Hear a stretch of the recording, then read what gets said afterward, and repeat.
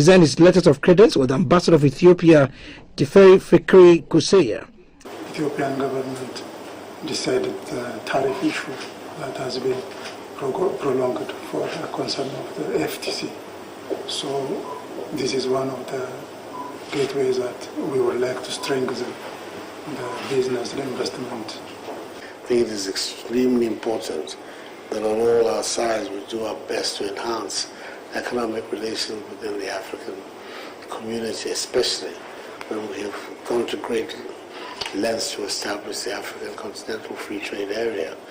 Ghana and Mali's relationship spans hundreds of years, especially during Africa's liberation struggle. We are members of ECOWAS, and we are anxious that the situation in your country returns to normal, so that very soon the community will benefit from your membership and from your participation in the affairs of ECOWAS. Abidjan is Accra's western neighbor, and to the new Envoria envoy, there is no better time to work together on the political, economic and security front than this time, where threats from terrorists are increasing on land and sea. Just on the heels of the Ivorian ambassador was the envoy from the Kingdom of Saudi Arabia. President Akufo-Addo lauded Saudi Arabia for the support extended to Ghana in various fields and was hopeful that the bonds of ties would deepen further during the tenure of Sultan Abdulrahman Al Dakhel. Saudi Arabia has been a very good friend of Ghana. We've been the beneficiary of assistance from Saudi Arabia in several fields of national endeavor, which we appreciate very much. My wish is that during your period as ambassador, these strong relations will grow even stronger. Colombia's new ambassador to Ghana is Daniel Garces Carabali. South-South cooperation will focus on technology and climate change, where some areas the two countries pledged to collaborate during the duty tour of Ambassador Carabali. Edward Nyakun, reporting for GBC News. Heads of states met at the 63rd Ordinary Session in Bissau. They discussed a single currency, political impasse in Mali, Burkina Faso and Guinea. President Akufo-Addo also joined the meeting, which also looked at the roadmap to return the countries to constitutional rule. ECOWAS has over the years worked to address some security issues by developing a peacekeeping force for conflicts in the region. At the 63rd summit in Bissau, the capital of Guinea-Bissau, the president of the ECOWAS Commission, Dr. Omar Alieu Touray, updating the session on the activities of the Commission, said recent elections have been held peacefully, citing examples of that of Nigeria and Sierra Leone. To warmly congratulate our brothers President Ahmed Bola Tinubu of Nigeria and Julius Maada Bio of Sierra Leone on the election and their election respectively, to the supreme magistracy of their country, and wish them great success and considering the fact of these two great brothers people. The president of Guinea-Bissau and former chair of the ECOWAS Authority of Heads of State and Government, General Umaru Sissoko Embalo, said some major challenges facing the community include violent extremism, effect of climate change, and human insecurity. I would like, therefore, to welcome President Tinubu to his first meeting of the ECOWAS Authority. On behalf of the community institutions, I would like to extend our felicitation and best wishes in piloting the affairs of Africa's biggest economy and the largest country, the Federal Republic of Nigeria. Some resolutions arrived at in a closed-door meeting include a call on governments to assist Mali, Burkina Faso, and Guinea in their transitional efforts to put the three sister countries back on the trajectory of growth, renewed commitment towards the ECOWAS single currency, deepen cooperation in the Junta process, and the Accra Initiative. In a short recognition ceremony by the WHO, Ghana and Benin were honored for their fight against neglected tropical diseases. This brings to 10 the number of ECOWAS member states that have eliminated at least one of the NTD. ECOWAS was also awarded a leadership award for the feat chalked by its members. And let's take you to Tema, where work on the Tokbon Road is advancing after tanker drivers demonstrated over its bad nature. The Minister for Roads and Highways, Mr. Kwesi Amoah-Quatta, who visited the project site, assured that the road will be completed in good time to serve the community and also ensure that bulk petroleum products are safely transported across the country. 26th June, tanker drivers across the country declared a sit-down strike over poor roads to fuel depots across the country. In Tema, the drivers say the Tokbon Road has become unmotorable, making it difficult for them to ply the road, especially when they are loaded with products. 4 days into the strike, the Minister for Roads and Highways and the Transport Minister visited the union drivers in Tema and assessed the bad roads. The Roads Minister promised that the challenges will be fixed. As a temporary measure, the potholes were filled and grading was done for the tanker drivers to go back to work. The Minister for Roads and Highways, Mr. Kwesi Amoah-Quatta, has visited the project site again to see progress of work. The resident engineer, Mr. Edward Annan, explained the scope of work. We had been able to scarify all those rough areas and shape the road so that it becomes more rideable for transporters and road users. We have been able to finish this bridge, this culvert that we are standing upon.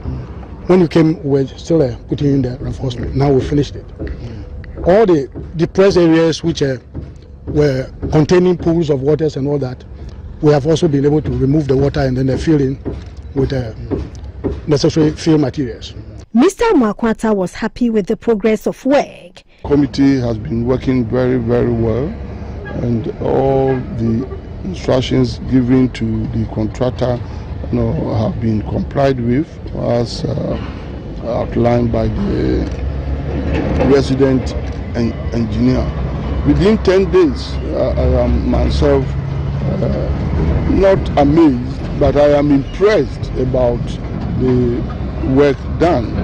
I am not surprised because this project is being undertaken by one of our competent contractors.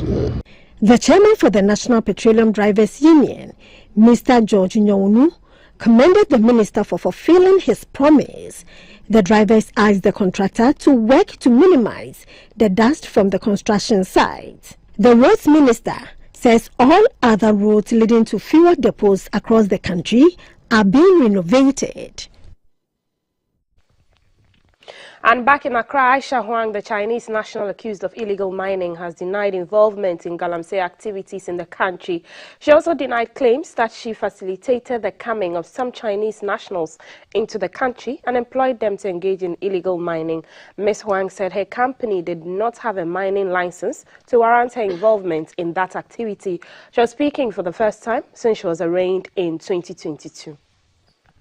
Huang, also known as Aisha Huang, who opened her defense on Monday morning, denied allegations that she operates moving machines and other mining equipment. She said she does not have a driver's license and does not drive at all, and so does not operate an excavator as alleged by prosecution. She told the court she lived in Ahojo, Kumasi in the Ashanti region from 2011 until her deportation in December 2018. According to her, between 2013 and 2018, she operated a supermarket popularly known as Aisha Supermarket at Ahojo, Kumasi, which was mostly patronized by Chinese customers. She claims she has no formal education in either English or Twi and cannot read or write any of them. However, her long stay in Ghana and interactions with Ghanaians, she picked up basics of the English language for her daily routine. She said this led to her popularity among Chinese nationals and became a point of reference, a go-to person, and a place of safe custody for especially her fellow nationals in Kumasi. She also became a contact person for most Ghanaians and state institutions, including the Ghana Immigration Service, in their dealings with Chinese nationals in the Ashanti region. She denied the publications tendered in as evidence, alleging that her company engaged in mining or provided mining support services. Ms. Huang claimed Those were ploys by the witnesses to play into a narrative in the media by a particular witness whose concession is affected by illegal mining activities.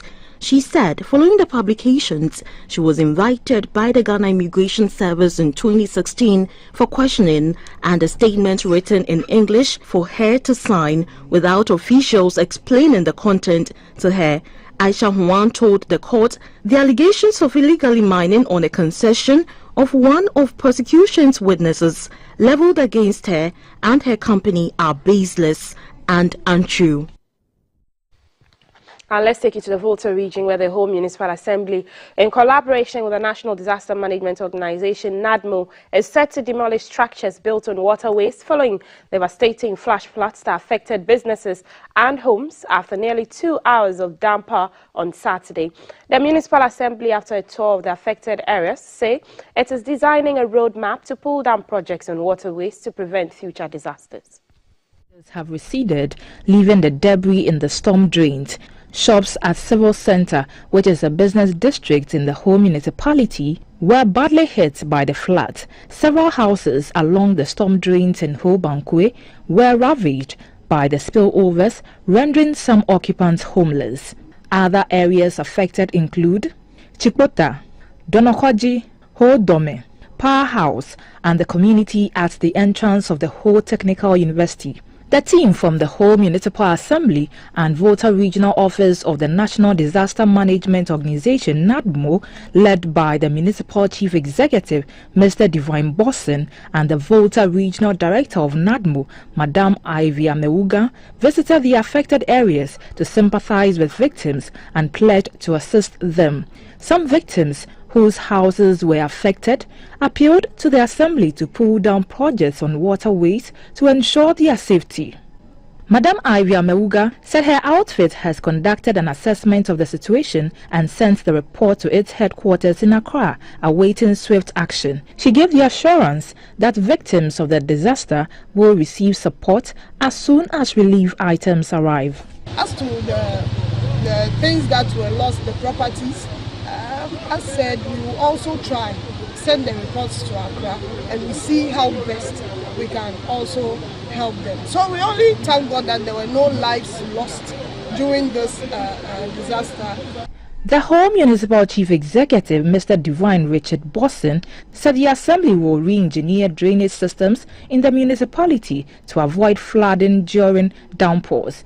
He disclosed that the Municipal Works Engineer Department has begun processes to demolish structures on waterways. We must build a lot of drains to contain the volume of waters that are passing through these waterways. And it should be well-engineered project. So I will put my reports together as I wait for the final assessment, disaster assessment from the disaster expert.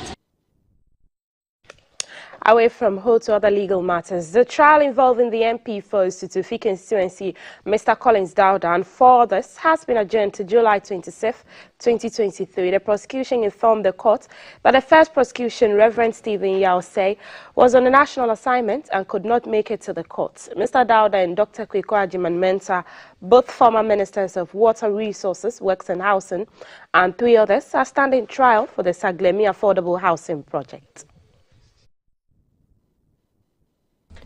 The trial of Mr. Collins Dauda and the 4 co-accused persons was scheduled for Monday, July 10, 2023, and prosecution was expected to call its first witness. However, a principal state attorney, Madam Hilda Craig, told the High Court that the first prosecution witness, Reverend Stephen Yaosei, who is the Chief Director of the Ministry of Works and Housing, is on a national assignment with the President in the Northern Region. The court, presided over by Justice Owusu Dapa, Justice of the Court of Appeal, with additional responsibilities, then adjourned the case to July 26, 2023, by which time the state is expected to file additional documents in relation to the matter. The court will also be hearing some applications filed by lawyers for some of the accused persons on the adjourned date. The two former ministers, Mr. Collins Dauda and Mr. Kwekwajima Mensah, together with the former Chief Director, Alhaji Zublim Yakubu, Mr. Andrew Klokanas, Executive Chairman of Constructora OAS Ghana Limited, and Novi Tete Angelo, Chief Executive and owner of Rage Management Solutions Ghana Limited, are facing 70 charges. They have all pleaded not guilty to their various charges and have been granted bail. Some MPs from the minority were in court to support their colleague MP, Mr. Collins Dauda. On any day, we are not fair weather friends or fair weather colleagues. Whether the House is sitting or not, we will be with our colleagues. So yes, the House was not sitting today, but you saw us here in our numbers. We'll continue tomorrow, even though the House will be sitting, and we have quite some important business tomorrow, but that business will have to suffer. Look, after the president said that he's going to make sure people are jailed, a very reckless, prejudicial statement which should not have come from a president. We cannot sit quietly, sit idly, and watch our colleagues go through all of this witch hunting, because it may be them today and you may think you are not affected, but you never know what will happen tomorrow. Away from the cost of business and trade, Managing Director of the Societe Generale Bank, Hakeem Uzani, has revealed that despite the economic uncertainties of 2022, the Ghanaian business environment remained resilient, with many of the bank's clients fulfilling their loan obligations. He noted that in the face of high interest rates and rapid depreciation of the cedi, non-performing loans in the banking sector was within manageable limits. Of the Ghana cedi also has hit many of our mainly corporate clients who have borrowed in dollar or just do their tradings, their imports, etc. in dollar or in euro. So in hard currency. So necessarily they had a negative impact on their business, and this is why it's also globally impacts at certain level the macroeconomic growth, etc. But all in all, once again, as a banker, what I would observe during the 2022 year is that regarding the difficulties and the level of unpredictability of the environment, we have seen a real resilience in the Ghanaian economy, in the industries in general, and in the different activities. Let's do politics now. The New Patriotic Party, NPP, from today, July 11, have opened nominations for parliamentary primaries in constituencies where the party has no representation. The nominations will close on Thursday, August 10, with elections expected to be held from September to December. The party indicates that male aspiring parliamentary candidates must submit a non-refundable filing fee of 35,000 Ghana cedi, while women and persons with disabilities would pay 50% of the fee. Aspirants have been urged to act according to the dictates of the party's constitution and use the appropriate procedure to channel any grievances that may arise. Meanwhile, the vetting committee led by Professor Michael Quay have submitted its reports to the National Council. The committee vetted all 10 aspirants seeking to lead the party into the 2024 general elections. The committee spokesperson, Mr. Obi Amwa, said the party would finalize the remaining procedures leading to the primaries in the coming weeks.